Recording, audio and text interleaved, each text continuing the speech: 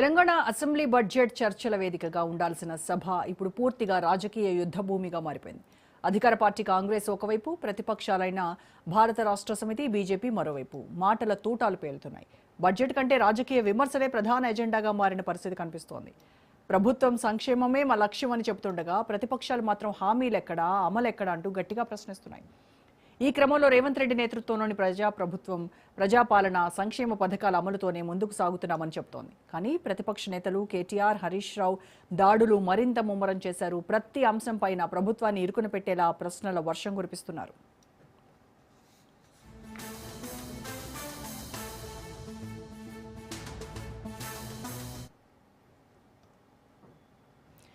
సభలో వాగ్వాదాలు, నినాదాలు, వాకౌట్స్తో హీట్ మరింత పెరిగింది. స్పీకర్ పలుమార్లు హెచ్చరికలు చేసినా సభ్యుల మధ్య ఉద్రిక్తత తగ్గటం లేదు.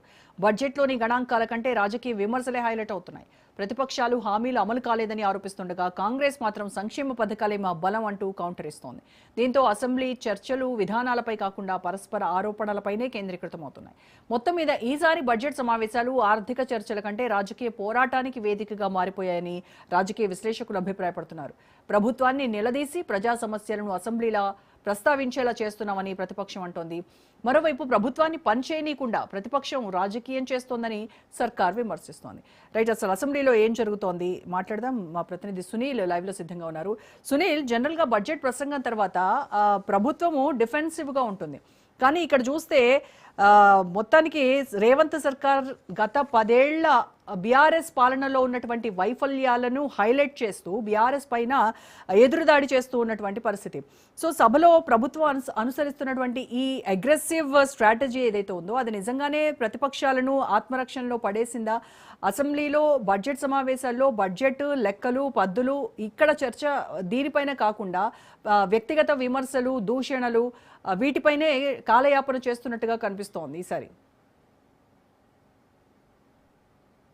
ఎస్ రోజా, ఖచ్చితంగా తెలంగాణ అసెంబ్లీ బడ్జెట్ సమావేశాలు బడ్జెట్ సెషన్స్ కంటే ఎక్కువగా రాజకీయంగా ఎక్కువ విమర్శలు, ప్రతి విమర్శలు దారితీస్తున్నటువంటి వేదికగా మారిందని చెప్పవచ్చు. ప్రధానంగా అటు ప్రధాన ప్రతిపక్షంగా ఉన్నటువంటి కాంగ్రెస్ పార్టీతో పాటు ప్రధాన ప్రతిపక్షంగా ఉన్నటువంటి బీజేపీ, అదేవిధంగా బీఆర్ఎస్, ఈ ముగ్గురు నేతల మధ్య మాటల తూటాలు పేలుతున్నటువంటి పరిస్థితి.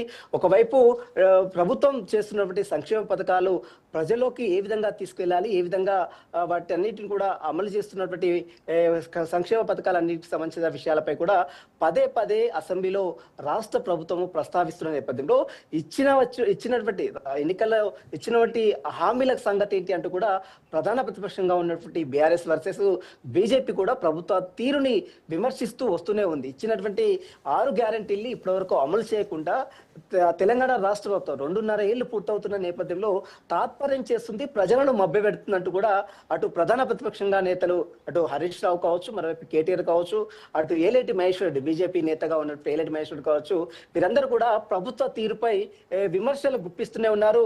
వారు డిఫెన్స్ చేసుకుంటున్నప్పటికీ కూడా సరైనగా అంటే ప్రధాన ప్రతిపక్ష నేతలు అడుగుతున్నటువంటి ప్రశ్నలకు సరైనటువంటి సమాధానాలు చెప్పడంలో అటు అధికార పార్టీ నేతలు, మంత్రులు కొంత అసలు అలసత్యం వహిస్తున్నట్టు కూడా విమర్శలు వస్తున్నాయి.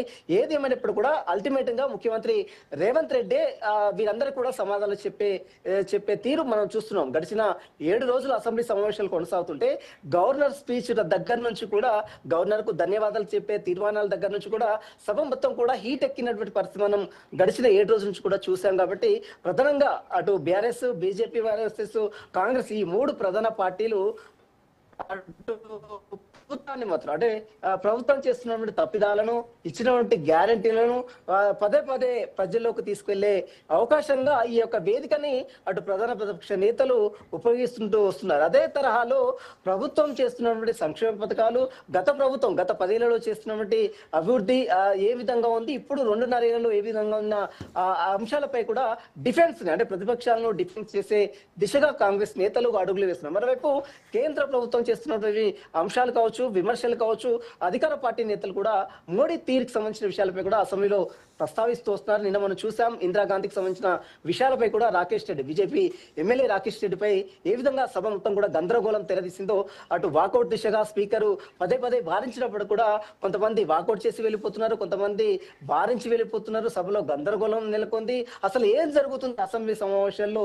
గడిచిన 7 రోజుల్లో ప్రధానంగా ప్రజా సమస్యలు పక్కన పెట్టి రాజకీయ వేదికలకు ఈ విమర్శలకు తావుతీస్తుంది అసెంబ్లీ సమావేశం అంటూ కూడా విశ్లేషకుడు, రాజకీయ విశ్లేషకుడు కూడా సునీల్, అయితే 6 గ్యారెంటీల అమలుకు సంబంధించి బడ్జెట్ లో కేటాయింపులు తక్కువగా ఉన్నాయని ప్రతిపక్షం పదే పదే ఆరోపిస్తుంది.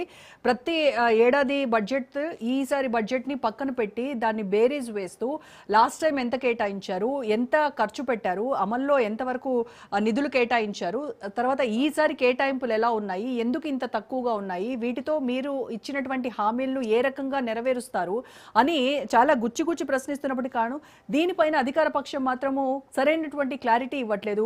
టెక్నికల్ గా ఇది ఏ రకంగా సాధ్యం అనేటువంటి ఆన్సర్ మాత్రం ఇవ్వట్లేదు సభలో.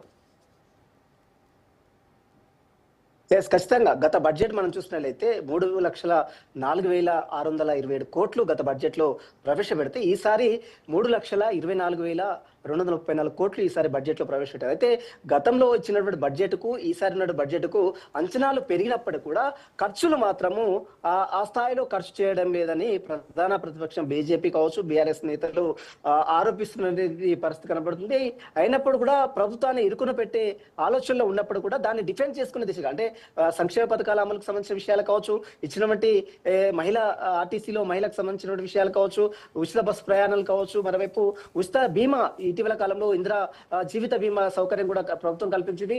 అంటే ప్రధానంగా ఇచ్చినటువంటి 6 గ్యారెంటీలు ప్రశ్నించినప్పుడల్లా సంక్షేమ పథకాలు అంటే 6 గ్యారెంటీల కంటే ఎక్కువగా ఇచ్చామనేది ప్రభుత్వం చెప్తుంది. దీన్ని డిఫెండ్ చేసుకునే దిశగా రాష్ట్ర ప్రభుత్వం చూస్తుంది. మరోవైపు ప్రభుత్వాన్ని ఇరుక్కున పెట్టే దిశగా అటు బీజేపీ, బీఆర్ఎస్ చూస్తున్న పరిస్థితి మాత్రం మనం 7 రోజుల నుంచి కూడా చూస్తున్నాం. కాబట్టి ఈ గడిచినటువంటి ఈ 3 రోజులు ఇంకా దాదాపు 30 వరకు, ఈ నెల 30 వరకు అసెంబ్లీ సమావేశాలు ఉంటాయని చెప్తున్నారు. కాబట్టి ఈ 30 వరకు ఇంకా ప్రధాన సంబంధించినటువంటి అంశాల పట్ల కూడా చర్చ కొనసాగే అవకాశం ఉంది. ప్రధానంగా అటు ఇప్పటి వరకు మనం చూసాం ఈ నివాసాలకు సంబంధించినటువంటి సముదాయాలు, గృహకల్పాలు, అదేవిధంగా హెల్త్ స్కీమ్ సంబంధించిన విషయాలపై ఈ రోజు ముఖ్యమంత్రి రేవంత్ రెడ్డి అనేక అంశాలపై కూడా స్పందించారు. ఏ విధంగా జీవిత బీమా సౌకర్యం కల్పిస్తున్నాం, ఏ విధంగా ఆరోగ్యశ్రీ అమలు చేస్తున్నాం, ఇలాంటి అంశాలన్నిటిపై కూడా రేవంత్ రెడ్డి అల్టిమేట్ గా ముఖ్యమంత్రి రేవంత్ రెడ్డి వచ్చి మాట్లాడితేనే ప్రతిపక్ష నేతలు కొంత సైలెంట్ అవుతున్న పరిస్థితి. అంతవరకు ముఖ్యమంత్రి లేకపోతే మాత్రం ఖచ్చితంగా అటు మంత్రులు కానీ మరి ఎమ్మెల్యే కానీ సరిగ్గా డిఫెన్స్ చేసుకునే పరిస్థితి అయితే అసెంబ్లీలో చోటు చేసుకోవట్లేదు. ఇదంతా కూడా ప్రధాన ప్రతిపక్షంగా ఉన్నటువంటి బీఆర్ఎస్ కావచ్చు, బీజేపీ కావచ్చు, మాటల తూటాలతో కూడా అటు ప్రభుత్వ తీరుపై ప్రశ్నిస్తూనే ఉంది. మరోవైపు ఈ రోజు మరి ముఖ్యమంత్రి రేవంత్ రెడ్డి ప్రధాన ప్రతిపక్షంగా ఉన్న బీఆర్ఎస్ కి, బీజేపీకి అల్టిమేట్ కొన్ని వారు చేస్తున్నటువంటి సంక్షేమ పథకాలు చూసి చెప్పారు. కాబట్టి వారికి సంబంధించిన విషయంలో రాబోయే తరంలో ఏ కాలంలో ఏ విధంగా చేస్తారు, ఏ విధంగా ముందుకెళ్తారని కూడా అటు ముఖ్యమంత్రి రేవంత్ రెడ్డి కొంచెం స్పష్టం చేశారు.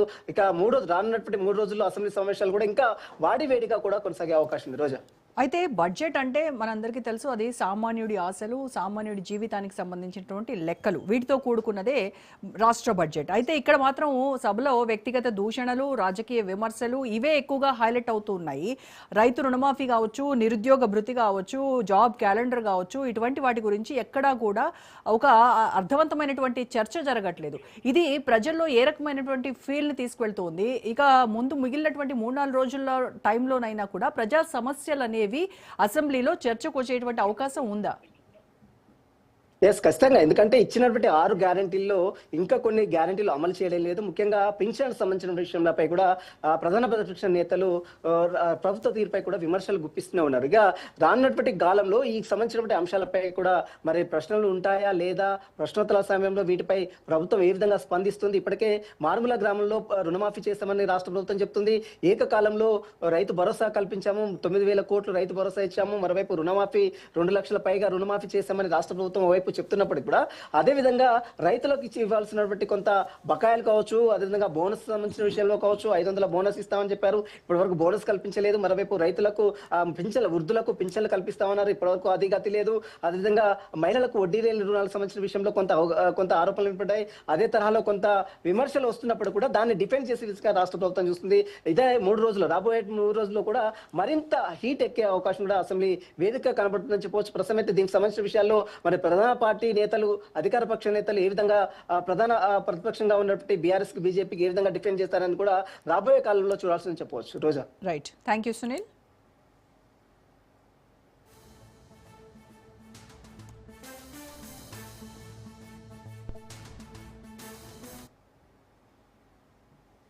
That's all for now. Stay tuned to Raj News.